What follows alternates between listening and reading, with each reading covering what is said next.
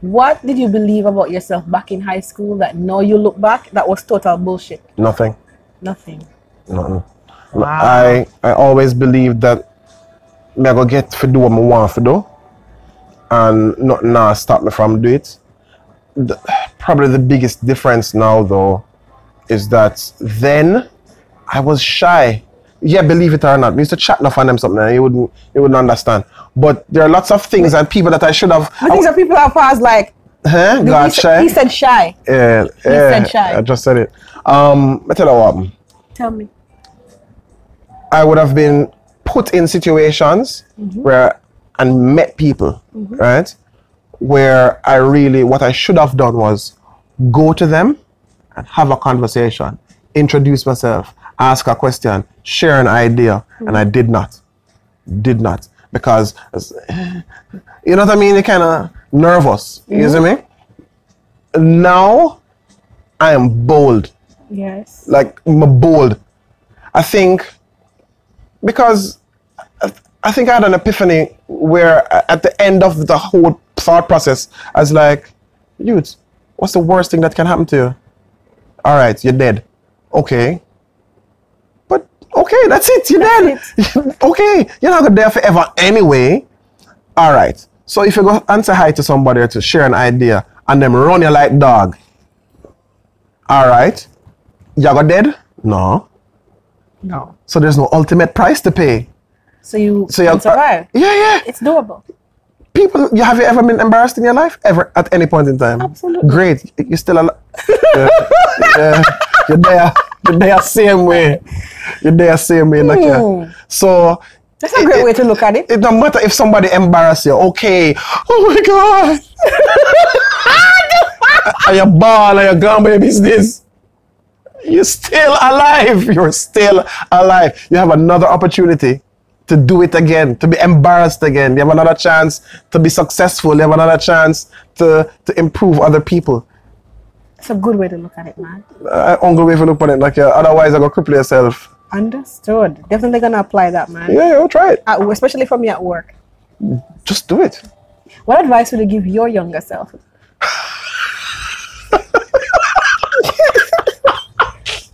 On a different show. So many spin-offs. I know. I tell you, what advice I would have given to my younger self? To be more focused. And that's hard. I can't tell a young person to be more focused, and I'll tell you why. Because we have this thing where on the one hand we tell people, oh, you can be anything you want to be, which is bullshit. You can't be anything you want to be. It not gonna work. It not gonna happen. However, there are some things within a particular range that you could become. Right. All right, try to see if you can pick one or two and pursue them. Right. I would say for me though, focus wouldn't have been the thing. What would you say? To my younger self, I would have said, little Garthy, prioritize. Learn to prioritize. There are some things I pursued or put my energy into that it could have did wait a little bit. Boy, am I learning that. Boy, trust me. There's some things I did that, yeah, we should have done. We could have waited a little bit when the focus should have been something else. Right. You know? Right. So it would have been to prioritize. That in itself is very difficult, but less difficult than the focus part of things. Because when you're young, dumb, and full of cum, like, you don't know, like, something just catch you. Oh my God. And you run gone. And then, oh my God, but you know how many of us at our age is now still stuck in that cycle? It's rough. The young, dumb, and full of cum? Yeah, it's rough though. And it really don't look good for all man, you know? Because I tell you, sexy. Sexy at all. I'm like, really, dude? You're still at that place? Still at that place. Yeah. The other thing I would have advised my younger self, and probably a lot of our younger selves,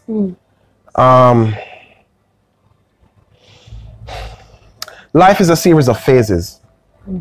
So you have to recognize, and we're not all going to evolve through these phases at the same pace. You know what I mean? But there comes a point in time when you really have to take more responsibility for yourself and what going.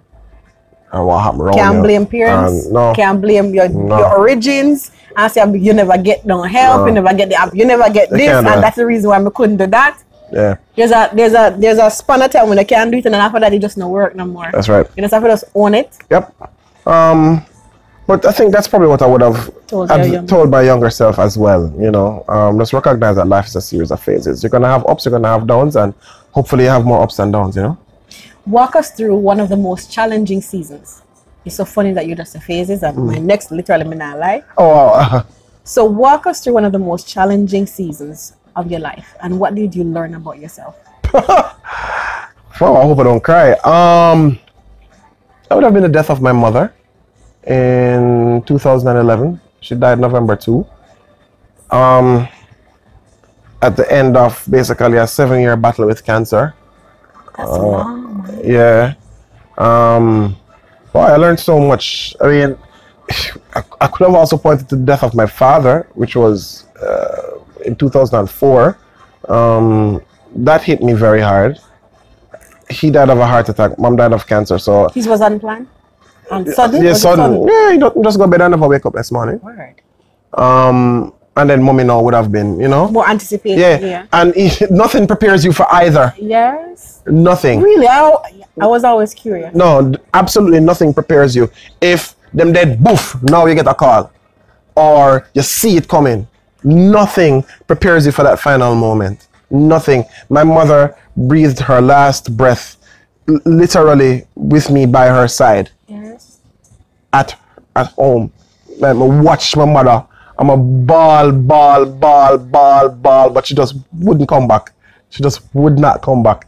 So, but the challenge of that challenging season would have been her battle with cancer. So, when she told me what the doctor had said, and then she did a mastectomy and radiotherapy, and the oncologist and the radiotherapy person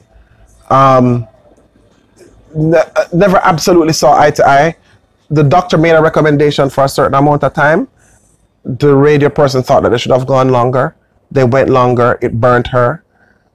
That was an issue, but the cancer had gone, or appeared to have gone, and then it just came back much more aggressively a couple of years later. And I really should have pursued some kind of legal recourse from the radio people, but my family was like, "Oh no, make it go on," and I'm like, "No, we should make it go on." And to this day, it kind of burned me, so I never. Right. Yeah, because let me tell you what happened. I honestly believe that the fight would have been different. My mom's life could have been longer if that wasn't the case. You know what I mean? So, but the challenge of that point in my life was in 2010, a year before she died. I had left nationwide radio, like the April, right? And I wasn't quite sure what to do with myself. Like I didn't know what next to do really. So, I mean, I always had income streams coming in. So it was like, I never had to worry about that. And I saving money and stuff. So I never did fret like, oh God, I'm gonna get hungry. But never know what to do. And I used to blog. And I used to chat a lot on Twitter.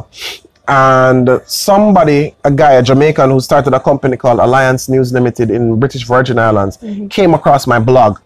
In fact, he came across an article I'd written for a magazine in Barbados called, it was a group called Boom Tribe, and they had like an online blog and stuff, and they caught onto my blog and asked me to write for them. So I was like, oh, sure, no problem.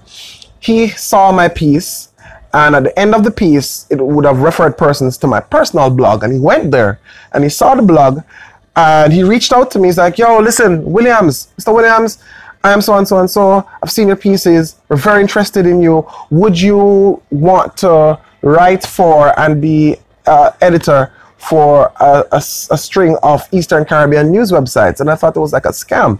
So I called up my friends like out east, and I said, yo, check out them site and check out them office and let me know if I reel something.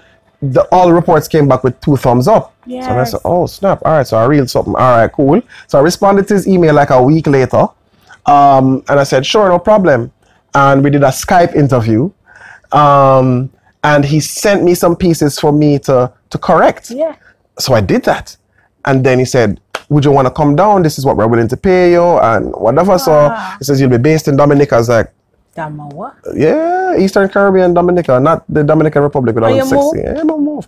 Now, let me tell you why I moved now. This is where the challenge comes in. Because if you realize, we love to put things in a context. Because I've been misunderstood a lot in my life. Like a lot. Like a lot. People don't understand. In school or after school? In school and after school. Like a lot of people just not understand. Let me tell you, people, what we do as humans naturally is judge impact and not intent. So people judge what you do.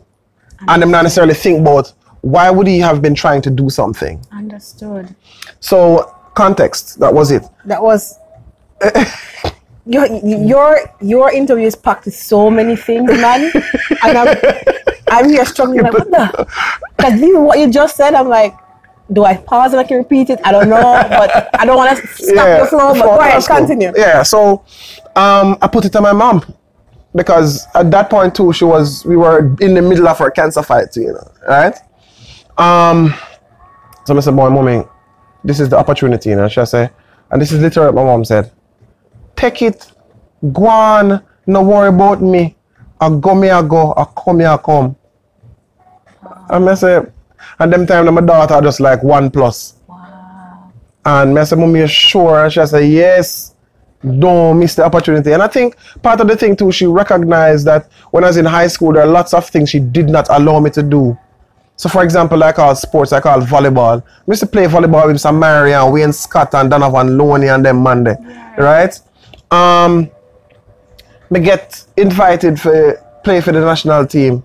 And my mother said, no, sports and academics no agree. Adults people do them something there.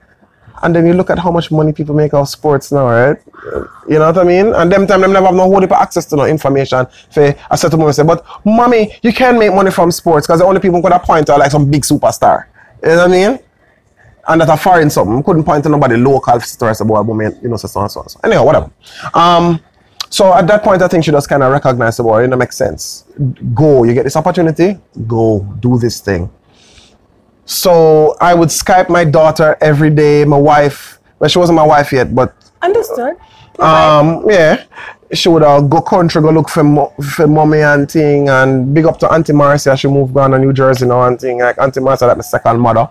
And they were very supportive during that time. And them I check on mommy for me, and me I send back money to my wife done it, and she would spend on mommy and send money go give mommy and them way there, and you know what I mean? Yes. And put up a little thing and whatever. So like it was hard being away from my mother and not being able to, you know. And last year before she died. And it's a 2-day flight from Dominica because I have to go Barbados and then come to Jamaica. Yes. So it's rare when you can get from Dominica to Jamaica in a day. You have to leave out super early. Yes. You know what I mean? So it wasn't that straightforward, and like I looked at it and I called mommy and I said, well, mommy, you know, so I come down, come look for you. She said, no spending money, no spending money. And I said, what do you mean, mommy? She said, no, don't spend the money. Because you're going to spend how much money for come down here for two, 3, 4 days, and then you're gone again. Me see you up on the internet. All right, cool. So it did rough. When she died? Yeah. Because my aunt called me, I remember my aunt called me, and probably one of the biggest things about it too was just that we fought so hard and then all our savings wipe out. Insurance money done, mommy money done, my money done. Cancer treatment. Yeah, probably over the course of the 7 years, we're talking about $14 or so $1 million, like seriously. Because I had to get an in-house nurse at one point, stay with her and them, you know what I mean? Them kind of something. It's expensive. It's super expensive. And let me tell you why it hurt me so much. Right? And that's part of the reason. Part of the reason why I have an issue with organized religion, not just Christianity, but organized religion on a whole. My mother dedicated her entire life to her religious beliefs. She wasn't an evangelist. My mother now come tell us, oh, go to church, get Jesus, be saved. But maybe want you live a decent enough life. And she encouraged you to come to church and them something there. But her life was all about kindness. She was kind beyond anything I can imagine. And it is a streak in me too. Yeah. But what happened to me was when me see how my mother go out. My mother not drink, my mother not smoke, my mother not in a no party mode, nothing like that. My mother teach, go church, come home. Right? And Garth. And yeah, she raised me. You see what I say? So you're a big part of her world. My mother don't do nothing. I see other people where them drink, them smoke every day up to this day. Some of them still alive and smoke. God. And my poor little mommy now. Like some of the things she went through in hospital, the pain. She was on morphine at one time. They had to give her morphine and she couldn't take it because my mother, and like me, would drink and burn weed and them something there. Right? So at least I got drugs in my system at some point in time. Right? She have no time to build up. No. So she didn't even know what the hell it was like because you get the morphine, you're high. Yes. My mother didn't have a clue about this highness, but the pain was so bad. And she called me on the phone and she said, must tell the doctor because they just, and the nurses, they were still giving her morphine. She couldn't take it anymore. She said she'd rather the pain than being high. Wow. So I want to ask you a question. It's not on my list. You have a very interesting relationship with your mom, right? When you're talking and you talk about how she very strict, very constrained in terms of putting you in a box and things in terms of her expectation of what you should be. And there is some frustration there in your voice. And then now I flip and I hear you talk about how she's passing. And our other areas about her and there's this love and admiration. How would you describe your relationship with your mom, man? Did it go through different phases as you grow older? Yeah, it did. All right, so as you know, or may not know, and that's for camera too, Mommy was a teacher and a vice principal at what was then Sav Secondary, Salomar Secondary School, now Godfrey Stewart High School. Which, if you come from Sav, you know, so Sav Sec have some hardcore students. Yes. You know what I mean? The tough inner city type, poverty-stricken students. Those weren't the only ones that were there, but there was a significant enough section of student population that was there. Yes. So for her, she was always that disciplinarian. So for me, there was a thin line between being her son and being a student. You understand what I'm saying? So growing up as a kid, I would have anti-mass and I would have to kind of get her to get me out and relax a little bit. Make him go on a school fair. He can't come home from school fair 6 o'clock. Enid, mother name. They used to call her Shirley. Yeah. Shirley, you can't make the boy come home from school fair 6 o'clock. Nobody's coming home at 6 o'clock. Them kind of, you know what I mean? So it used to frustrate him up to a point in time, and she used to beat me hard, right? As a little youth. And then when me about 13, and I think the first pubic hair start growing, I said, oh, me a man now. So she can't lick me no more. And one night, I go home and she start beat me. I just grab her hand. I said, Mommy, stop beat me. Just reason with me. If you don't want me to do something, just talk to me. And she called this guy named Sakar. I try to remember Sakar first name. But Sakar used to work with like child protection services and whatever.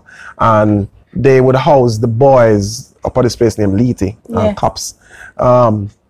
But that house wayward students. And she called the man. Say how me need to go up there because me think my ton man on my piss can burn grass and thing. She was strict. That's all I remember. Yeah, she was super strict. Super strict. And he came in and we had a conversation and him start opening up our mind to the fact that she need to give me a little break too. Because me I grow up, I'm a youth and me need to, you know, see how life stay. But let me tell you what happened. You see, earlier I spoke about critical thinking and being open-minded and that kind of stuff and being objective. Like, I could have harbored a lot of hate because of how my mother used to restrict my lifestyle when I was a kid. But when I look at it, like, really, and this is before I became an adult, like, probably like 18, 19, when I just started to start university and things too. I mean, I look at it and I say, but you know, so the woman, I love you though. Oh like, my. You see what I say? Oh my. And she just never, my mother just never know how to express that love there outside of a student loved you the best way she knew how. Yeah, you see what I mean? So, but the roughest period was that period when leading up to her death, just everything. What does success mean to you? My life right now. Yes. Yeah. So we I'm just adjusting this cushion. But so we have this when I keep on telling I'm okay, I'm adjusting my leg. Oh, okay. As the body no way used to be. So I say, look, don't sleep on me. Right. But we are trained and raised in a way to view success as a destination versus success as a journey. So, okay, you go to school, you get your degree or degrees, you get a good job, you find a nice partner, you start a family, you move to a nice affluent neighborhood, you acquire luxury vehicles to transport yourself, you travel, you read a lot, you know, and these are the hallmarks of success. And it's all bullshit, because and I'm not saying these things, acquiring these things are bullshit, but then it doesn't define success. No, it cannot, because you get these things and you're checking them off your bucket list, but then as soon as you achieve something, you want to achieve something else. So success for me changed quite a bit, and success for me is being able to comfortably live and to make other people happy and achieve their goals. Like, seriously, that's all I ever want to do. Yes. That's all I ever want to continue to do. So every day I find a way to put a smile on somebody's face, whether through direct interaction or via means of some technology, and to improve my youth them life too. Yes. You know, pursuing my dreams, which are many and varied. We believe you. But I live through enough of them right now. Like, a friend visited me recently, and I mean, so I've moved into a townhouse now, right?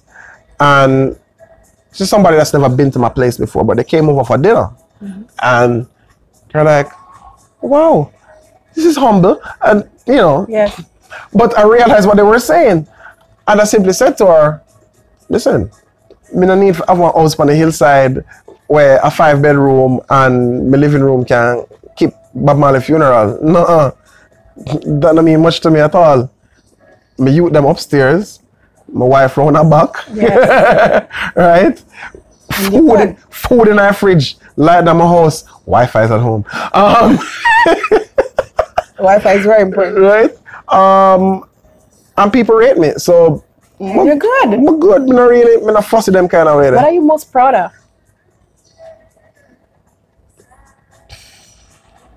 That's a difficult question to respond to. What came to mind first? Immediately I looked at my kids. I'm going to tell you why I'm so proud of them. Not because of what they've done. I mean, they're doing amazing stuff. Yes. My daughter just got a gold medal in Jamaica JCDC Festival for dance. Girl, in my own heart. That's right. Big up Don Robin Primary.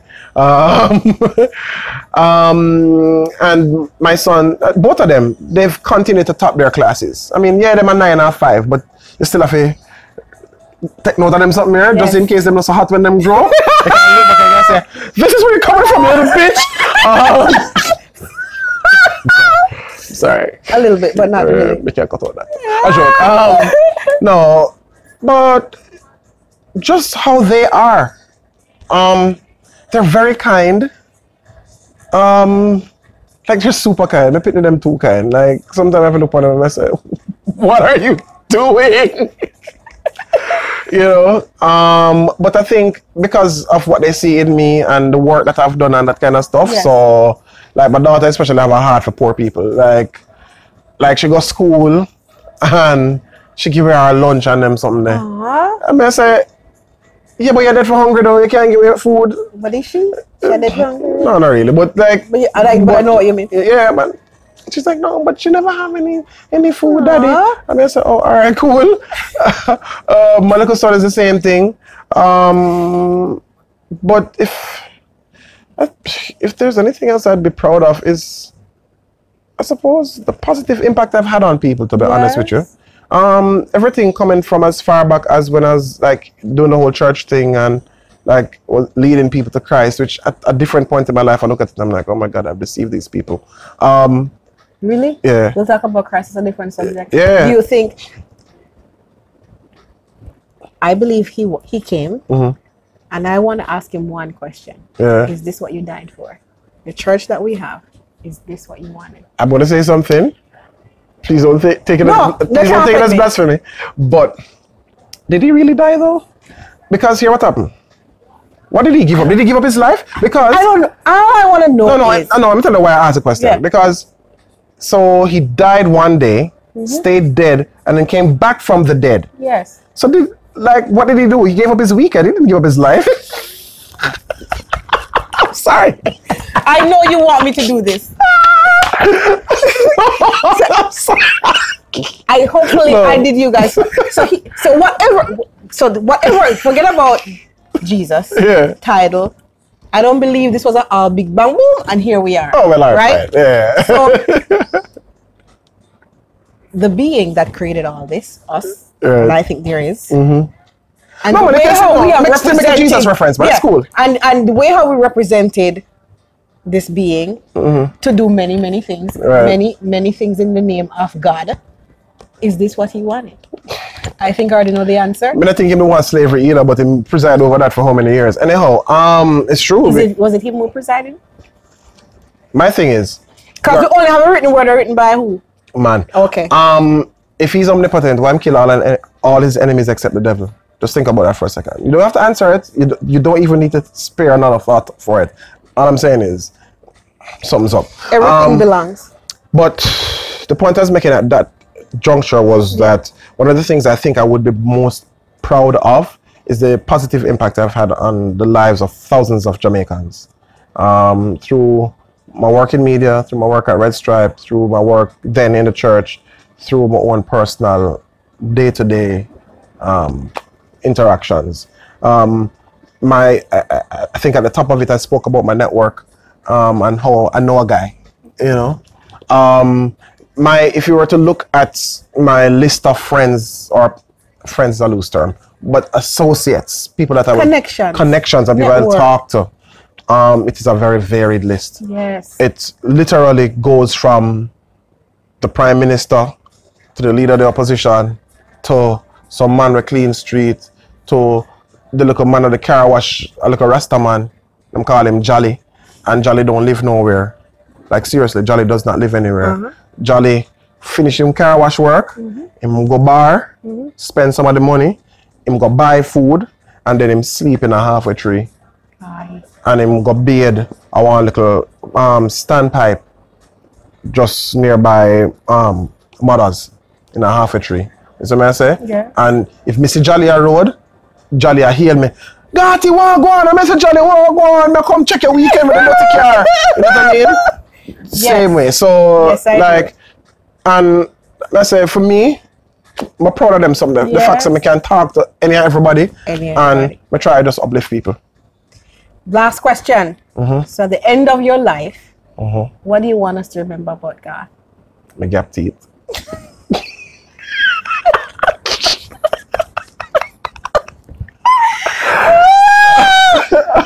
I got nothing. I don't know. Like, I don't think about that in a like, yeah. But now, like, you know, I don't know. And it might be an indictment on me to not sit down and actively, like, think myself through, what would I want my legacy to be? What do I want Jamaicans to remember, persons to remember about God? Legacy. Yes. You are building it. Yeah. Consciously or unconsciously, deliberately or not deliberately building it. Yeah, but for me, what I want people to remember about me was that I came, I smiled, I helped you feel better. Okay. I think it's a came, I saw and conquered. No. There are a few things I've conquered. No, but me there. Yeah. Me feel that every human being responsibility is to leave the world a better place than you come see it. And don't try to think you can change the entire world, but you can change your world and the world for somebody else. Understood. You know what I mean? So even if you can't go super macro with it, you can really kind of go granular. Bloom where you planted. Yeah. So for me, I try do things a little different. So the way me grow up on things, I mean, it's shorter. I make sure so them two little picky I have my yard, things 1 and 2, I call them, that them now, certain little things them not have to worry about. Understood. You see what I say? I never have to worry about much. I never rich, but my mother did make sure I say, I'm not short at things. Understood. You see what I say? So, so I try to do that with them little youth there. And then for my own self too, I try to say, is there a cause? Is there something I can do to better a place?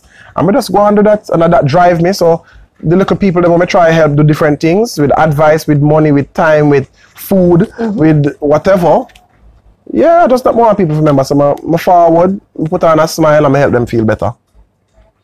Thank you for doing this. Thank you for traveling all the way from Kingston to Cecile, very far place, Portland, but it's pretty, but it's Jesus, far. I tell them I love Westmoreland, but Portland at the parish. Portland is gorgeous. Portland is absolutely gorgeous. We just want beat me up, Scotty. Right? Just come back. Good. No, let me tell you. So it never had. First and foremost. Yes. It wasn't difficult. It wasn't even. I didn't have to think about being on this. Okay. Catch up with you. Like me never have to think about it. Good.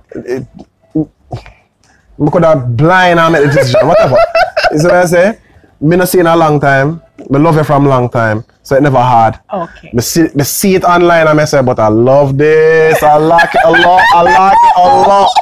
So let me just do it. Yes. Yeah.